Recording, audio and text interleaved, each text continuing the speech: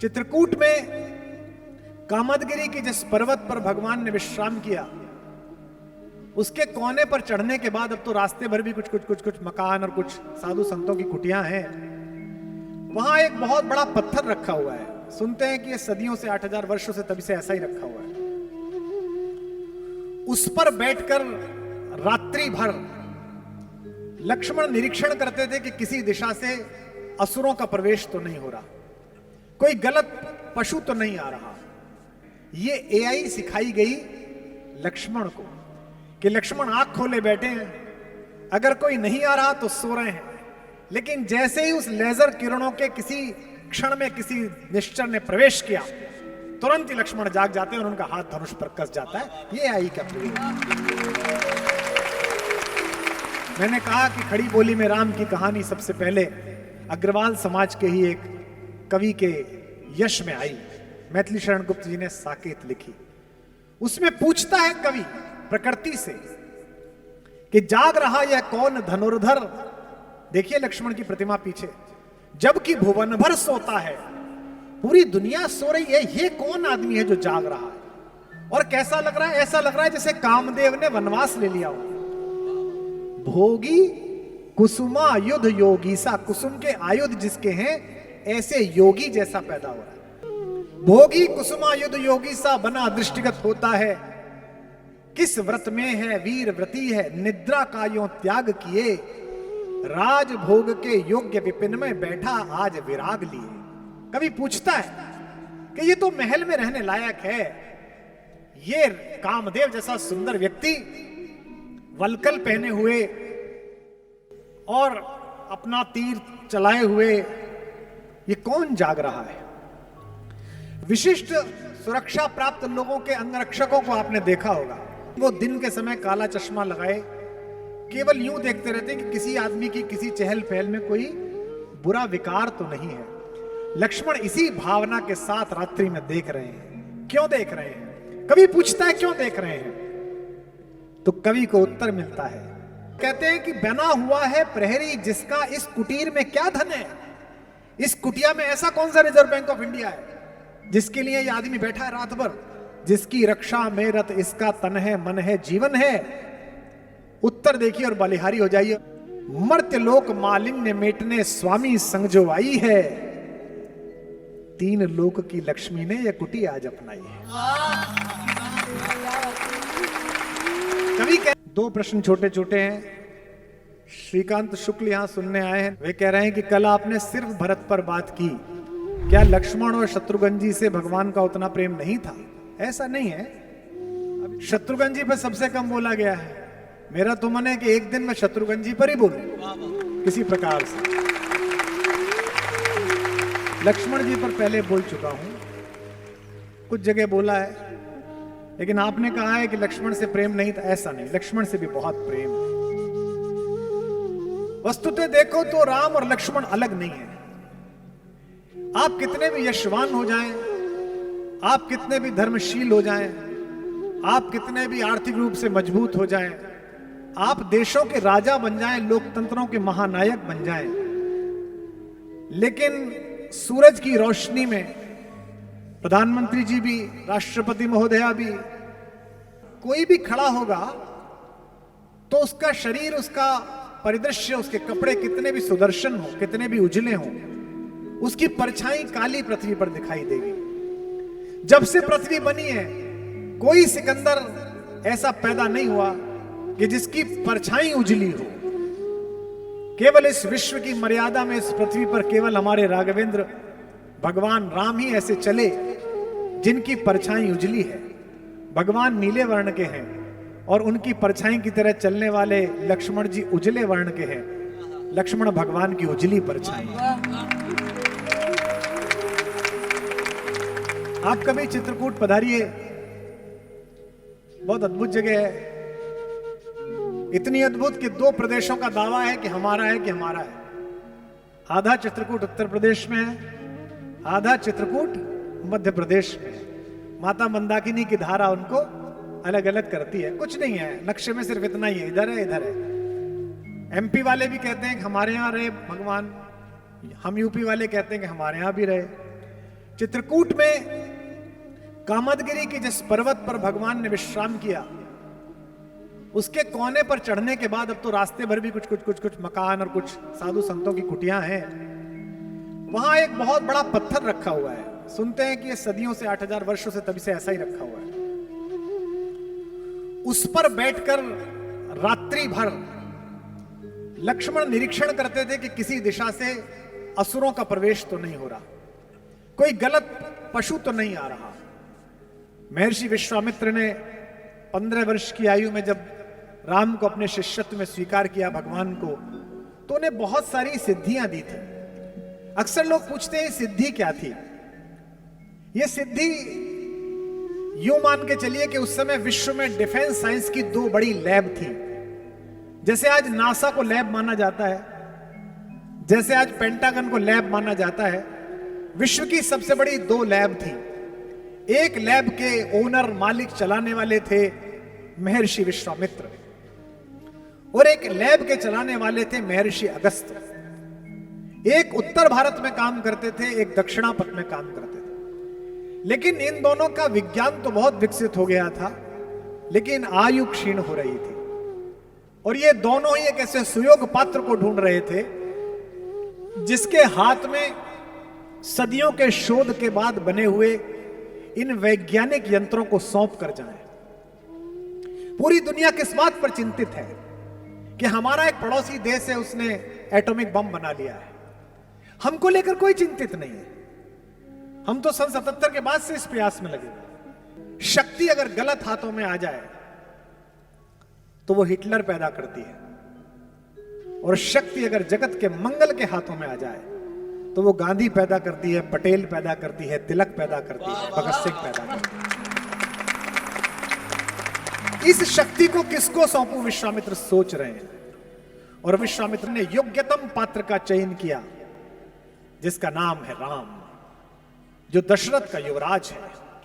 दोनों भाइयों को लेकर गए, राम को सिखाया कि एआई का प्रयोग कैसे करना है, राम को सिखाया कि माया कैसे पहचाननी है, राम को सिखाया कि एक बाण से ही हजारों लोगों को कैसे समाप्त करना है, राम को सिखाया कि अनावृष्टि कैसे रोकनी है। लक्ष्मण को भी एक सिद्धि सिखाई। लक्ष्मण को सिद्धि सिखाई कि बिना पलक झपकाए जागते हुए कैसे सोना है। यह बात 30 साल पहले जब ऐसी ही किसी उद्बोधन पीठिका से मुझसे भी महनीय किसी ऋषि मुख ने कही होगी कि एक ऐसा आदमी जाग कर देख रहा है जो पीछे सो रहा है लेकिन आगे जाग रहा है। तो पश्चिम के विज्ञानवादी लोगों ने कहा यह तो संभव ही नहीं है, या तो आदमी सोएगा या आदमी जागेगा। आजकल नया घर बनवाइए तो जो एआई और ऑटोमेशन का काम करने वाले आते हैं आर्किटेक्ट के साथ, करोड़ों रुपए लेते हैं आजकल। पर्दा खुल जाएगा, पर्दा बंद हो जाएगा, वो पीछे हल्का वाला पर्दा खुलेगा फिर बंद वाला खुलेगा। तो वो एआई वाले कहते हैं कि हम जो कैमरा गैलरी में लगा रहे हैं ये आपकी रिकॉर्डिंग की मेमोरी खराब नहीं करेगा। अगर कोई आहट नहीं है, कोई चला नहीं है तो रिकॉर्ड नहीं होगा, लेकिन अगर बंदर कूद जाए, आदमी कूद जाए तो तुरंत रिकॉर्ड हो जाएगा। ये एआई है, artificial intelligence of N equipment. ये एआई सिखाई गई लक्ष्मण को कि लक्ष्मण आंख खोले बैठे हैं, अगर कोई नहीं आ रहा तो सो रहे हैं, लेकिन जैसे ही उस लेजर किरणों के किसी क्षण में किसी निश्चर ने प्रवेश किया, तुरंत ही लक्ष्मण जाग जाते हैं और उनका हाथ धनुष पर कस जाता है। ये एआई का प्रयोग। मैंने कहा कि खड़ी बोली में राम की कहानी सबसे पहले अग्रवाल समाज के ही एक कवि के यश में आई। मैथिली शरण गुप्त जी ने साकेत लिखी। उसमें पूछता है कवि प्रकृति से कि जाग रहा यह कौन धनुर्धर। देखिए लक्ष्मण की प्रतिमा पीछे, जबकि भुवन भर सोता है, पूरी दुनिया सो रही है, ये कौन आदमी है जो जाग रहा है। और कैसा लग रहा है? ऐसा लग रहा है जैसे कामदेव ने वनवास ले लिया हो।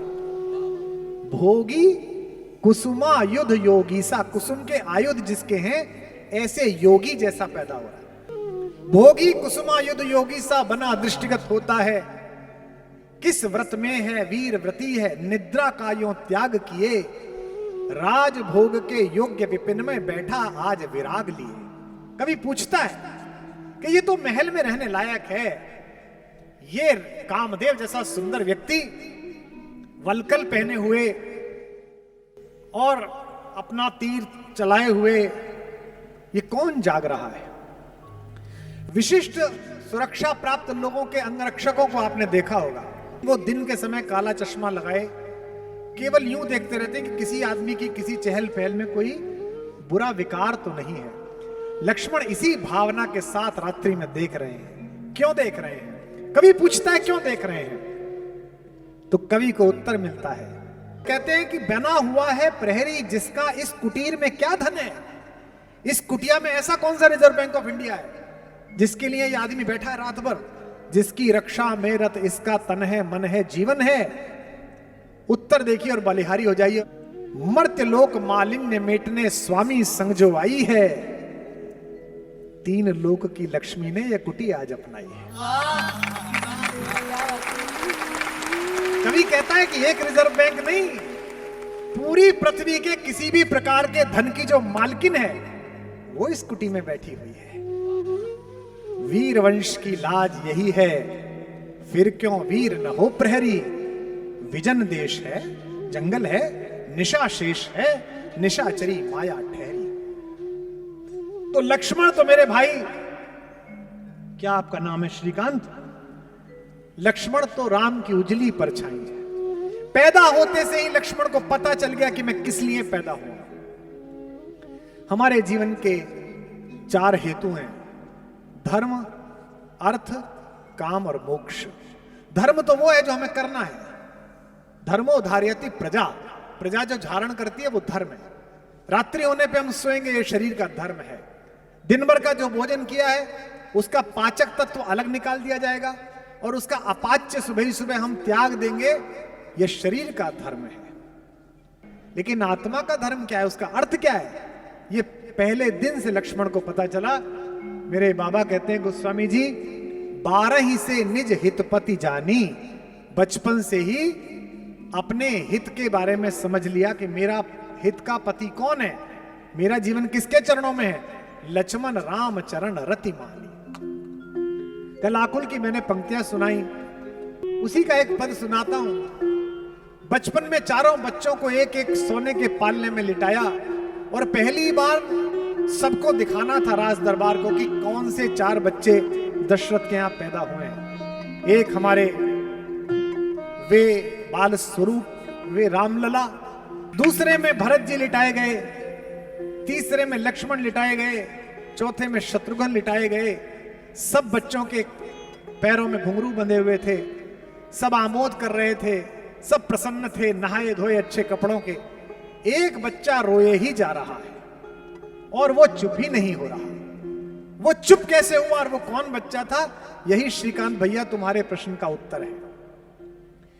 कि पालने में लखन व राम जी लिटाए गए, पालने में लखन व राम जी लिटाए गए। लेटते ही करुणा सदन चुप हो गए, लेटते ही करुणा सदन चुप हो गए, लेटते ही करुणा सदन चुप हो गए। पालने में लखन व राम जी लिटाए गए। लेटते ही करुणा सदन चुप हो गए, लेटते ही करुणा सदन चुप हो गए, लेटते ही करुणा सदन चुप हो गए। किंतु लक्ष्मण कुछ ऐसा तेज रोए, किंतु लक्ष्मण कुछ ऐसा तेज रोए। जिन्हें रोता देख धरती गगन चुप हो गए, धरती गगन चुप हो गए, रोता देख धरती गगन चुप हो गए। राजवैद्य आए कोई रोग ना बता सके तो, राजवैद्य आए कोई रोग ना बता सके तो। ज्योतिषी भी करके यतन चुप हो गए, ज्योतिषी भी करके यतन चुप हो गए, ज्योतिषी भी करके यतन चुप हो गए। गुरु ने उठाया और लखन को राम के चरण में लिटाया तो लखन चुप हो गए, लखन चुप हो गए, चरण में लिटाए तो लखन चुप हो गए, चरण में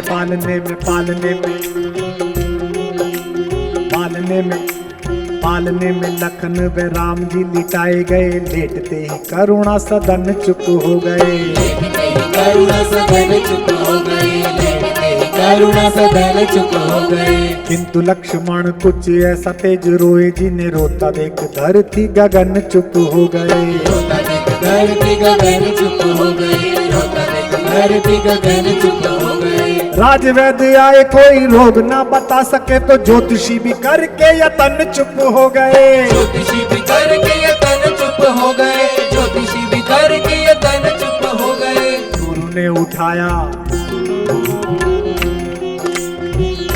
उठाया और लखन को राम के चरण में लिटाया, तो लखन चुप हो गए। चरण में लिटाया तो लखन चुप हो गए, चरण में लिटाया तो लखन चुप हो गए।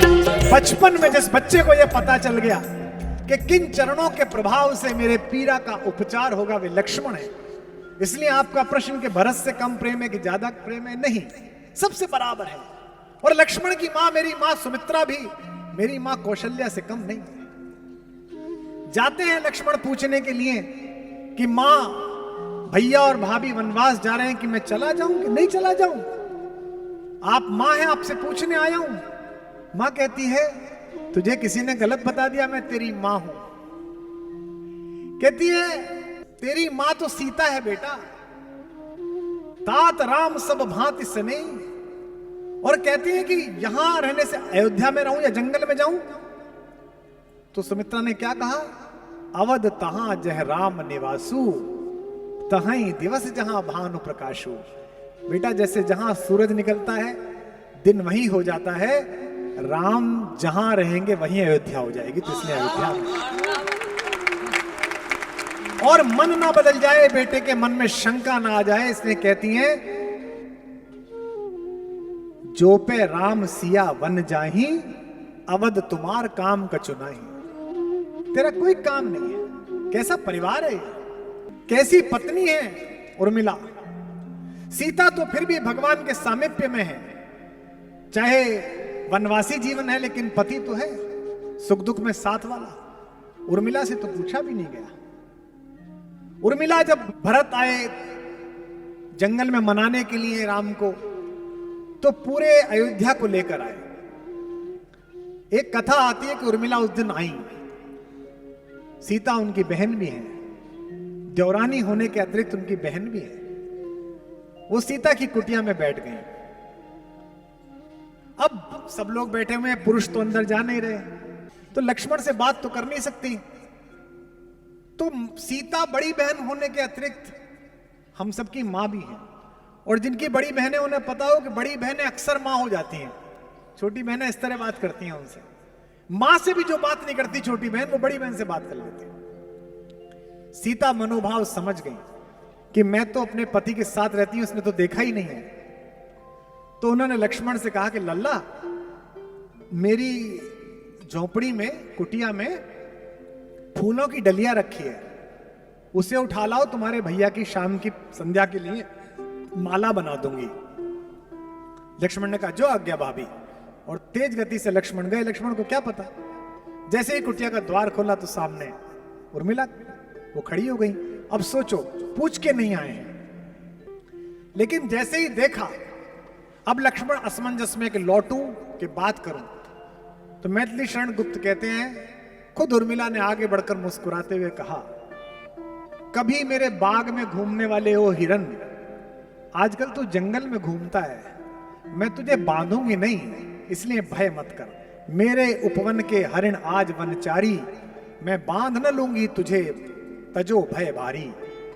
लक्ष्मण भी कहते हैं कि मैं तुम्हें इसलिए नहीं छोड़ के आया कि मैं तुमसे प्रेम करता हूं, मैं तुम्हें इसलिए छोड़ के आया हूं कि सीता तो अधिकारिणी है राम का प्रेम पाने के लिए। राम अधिकारी हैं कि सीता जैसी दिव्य विभूति और भगवती का पाणी ग्रहण करें, पर मुझ में तो कोई योग्यता ही नहीं है कि मैं सीता की बहन का हाथ थामूं। वन में तनिक तपस्या करके बनने दो मुझको निज योग्य, भाभी की बहना तुम मेरे अर्थ नहीं केवल उपभोग्य। तुम केवल मेरी पत्नी नहीं हो, तुम जगत नंदिनी सीता की बहन हो। मुझे इस योग्य तो बनने दो कि कोई व्यक्ति ये ना कहे कि अरे कहां तो सीता का पति मर्यादा पुरुषोत्तम राघवेंद्र और कहां उर्मिला का पति। तो वे तो तपस्वी हैं ही, मुझे तपस्या करने दो। आप सबको पता है कि जब संजीवनी बूटी लेकर गए हनुमान, तो रास्ते में उत्तर प्रदेश क्रॉस किया। एयर सीमाओं का सर्वेक्षण था कि कोई क्रॉस ना कर ले। रडार ने बताया कि ऊपर एक अद्भुत तरीके का कोई यान जा रहा है। भरत ने कहा कि ऐसे बिना अलार्म के कोई अयोध्या की एयर सीमा कैसे क्रॉस करेगा, उतारो इसे नीचे। तो उनको तीरों से घेर के नीचे उतारा गया। टेक्निक देखिए आप। जब नीचे उतरे तो देखा कि वो तो राम राम बोल रहा है, हे राम हे राम। भैया आप कौन है? मैं अंजनी पुत्र हनुमान हूं, भगवान का सेवक हूं। कहां जा रहे हो भैया? उनके छोटे भाई को मूर्छा आ गई है। भरत बड़े दुखी है। भरत ने कहा कि ये उन्हीं का घर है, मैं उनका छोटा भाई हूं और ये चरण पादुकाएं रख के चला रहे हैं। उनकी सेवा सत्कार ने जाना था, माएं बुलाई गई। क्या कहा कौशल्या ने? कौशल्या ने हनुमान के कान में चुपचाप कहा, भैया मेरे बेटे से कह देना 14 वर्ष प्रतीक्षा बहुत करी है, लेकिन लक्ष्मण के बिना अयोध्या ना आए।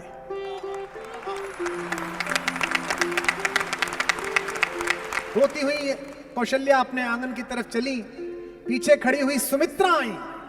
सुमित्रा ने कहा, भैया मुझे पता नहीं दीदी ने तुमसे क्या कहा है, राम से कह देना सीता को वापस लेके आए। लक्ष्मण ना भी रहा तो मेरे पास अभी एक लाल और है, उसे साथ लड़ने के लिए भेज दूंगी।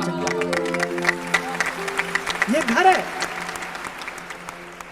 हनुमान की विदाई की तैयारी हो रही है। सब दुखी चिंतित हैं और उर्मिला प्रसन्न है, चहक रही है। हनुमान भैया दूध पी लीजिए, हनुमान भैया ले। हनुमान ने अकेला एकांत पाकर चरण पकड़ लिए कि माता आपका पति मृत्युशैया पर है, मूर्छित है, और आप मुझे दूध पिला रही हैं। आपको तो कहना चाहिए जल्दी जा जल्दी जा। तो उर्मिला हंसने लगी कि भैया तुमसे किसने कहा कि मेरा पति मृत्युशैया पर है? हनुमान ने कहा मैं देख के आया हूं। उर्मिला ने कहा कि आप गलत फहमी में, यदि विश्वास ना हो तो 5-7 दिन रुक जाओ, मेरे पति को कुछ नहीं होगा। क्योंकि जम्हाई में भी रात को सोते समय जिस राम का नाम लेने से सुबह आदमी जिंदा उठता है, उसकी गोदी में यमराज छोड़ो महाकाल लेके नहीं जा सकता मेरे पति को।